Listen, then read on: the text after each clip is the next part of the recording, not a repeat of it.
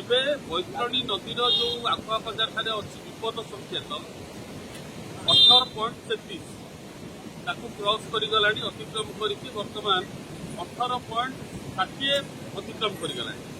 ତ ଏଥିରୁ ଯାହା ଜଣାପଡ଼ୁଛି ନିଶ୍ଚିତ ଭାବରେ ମଧ୍ୟମ ଧରଣର ବନ୍ୟା ହେବ, ଯେହେତୁ ଉପର ମୁଣ୍ଡରେ ବର୍ଷା ହେଉଛି।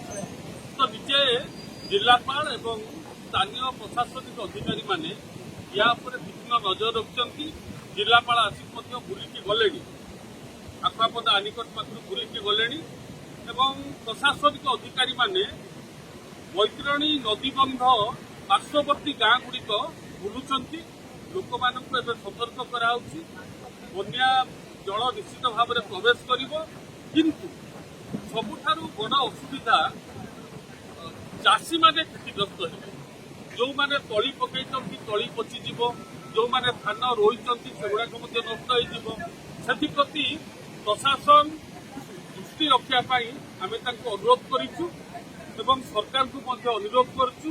ଆମର ଜିଲ୍ଲାର ମନ୍ତ୍ରୀ ସେ ମଧ୍ୟ ଆସିକି ପହଞ୍ଚିଗଲେଣି ଭଦ୍ରକରେ।